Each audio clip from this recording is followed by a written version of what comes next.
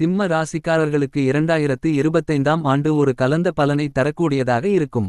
சில விஷயங்களில் முன்னேற்றம் இருக்கும், சில விஷயங்களில் கவனம் தேவை. குறிப்பாக குரு லாப ஸ்தானத்தில் இருந்தாலும் சனியின் ஆதிக்கத்தால் சில தேவையற்ற பிரச்சனைகள் வரலாம். புதியவர்களிடம் கவனமாக இருக்க வேண்டும். முக்கிய பலன்கள். மனதில் உத்வேகம். 2025ஆம் ஆண்டு சிம்ம ராசிக்காரர்களுக்கு மனதில் புதிய உத்வேகம் உருவாகும்.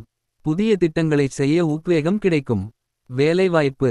தொழில் வியாபாரம் செய்பவர்களுக்கு நற்பலன்கள் கிடைக்கும். புதிய தொழில் தொடங்க நினைப்பவர்களுக்கு நல்ல வாய்ப்புகள் கிடைக்கும். சாதகமான செலவுகள். செவ்வாய் 12ஆம் வீட்டில் இருப்பதால் சில சுப செலவுகள் ஏற்படலாம். சங்கடங்கள். குரு 10ஆம் வீட்டில் நிற்பதால் அடுக்கடுக்கான வேலைகளால் அவதிப்படலாம். கவனமாக இருக்க வேண்டியவை. வங்கி காசோலைகள், சொத்து ஆவணங்கள், நகை மற்றும் பணம் கொடுக்கல் வாங்கலிலும் கவனம் தேவை. புதியவர்களிடம் எச்சரிக்கையாக இருக்க வேண்டும். சனி பெயர்ச்சி 2025. சனி கும்ப ராசியில் இருந்து மீன ராசிக்கு மாறுகிறார். சிம்ம ராசிக்காரர்களுக்கு இது அஷ்டம சனி காலம் ஆகும். இந்த காலகட்டத்தில் நல்ல முன்னேற்றங்களும் சில சவால்களும் இருக்கும். எச்சரிக்கை.